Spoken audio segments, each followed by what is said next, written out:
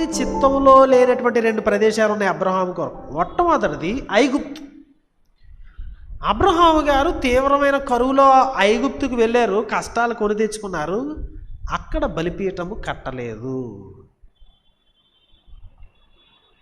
ఐగుప్తులో విశ్వాసి బలిపీఠాన్ని కట్టలేడు. లోతు సొదొమ గొమొర్రాలకు వెళ్ళాడు, అక్కడ బలిపీఠం లేదు. తర్వాత అబ్రహాము గారు సొదొమ వరకు వెళ్ళారు, 14వ అధ్యాయంలో యుద్ధం చేసి అవన్నీ విడగొట్టి విడిపించి ఇవన్నీ. ఆ టైంలో కూడా అక్కడ అబ్రహాము గారు బలిపీఠం కట్టలేదు. అక్కడి నుంచి మళ్ళీ వెనక్కి వచ్చేసి ముందు ఎక్కడున్నాడో అక్కడ మమ్రే దగ్గర ఉన్నటువంటి ఆ వనంలోకి వెనక్కి వచ్చేసాడు. సో కాబట్టి సొదొమలో కూడా బలిపీఠాన్ని అబ్రహాము గారు కట్టలేరు, విశ్వాసి కట్టలేరు.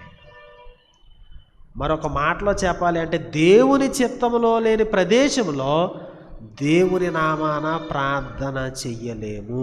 దేవుడు మనని నడిపించని దగ్గర, దేవుని విధానాలు పొసగని దగ్గర మనము ఆయన్ని ఆరాధించలేము, ఆయనకి అర్పించలేము అనేటువంటి ఆ సత్యాన్ని ప్రతి క్రైస్తవుడు నేర్చుకోవాలి. దేవుడు నిన్ను నడిపించకుండా నువ్వు అర్పించలేవు. నువ్వు అర్పించేస్తే దేవుడు అంగీకరించడు. అర్పించడానికి కూడా ఆయన ఎక్కడ కోరుకున్నాడో, నిన్ను ఎక్కడ నడిపించాడు అంటే ఆయన ఇక్కడికి వెళ్ళరా బాబు నువ్వు అంటే నువ్వు అక్కడికి వెళ్ళాలి, అప్పుడు నువ్వు అర్పిస్తావు ఒక అందం. దేవుని విధానాలకి కాకుండా ఐగుప్తు దేశానికి వెళ్ళాడు ఈయన, ఏమైంది? చాలా నష్టపోయాడు. కానీ అక్కడ బలిపీఠాన్ని కట్టలేకపోయాడు.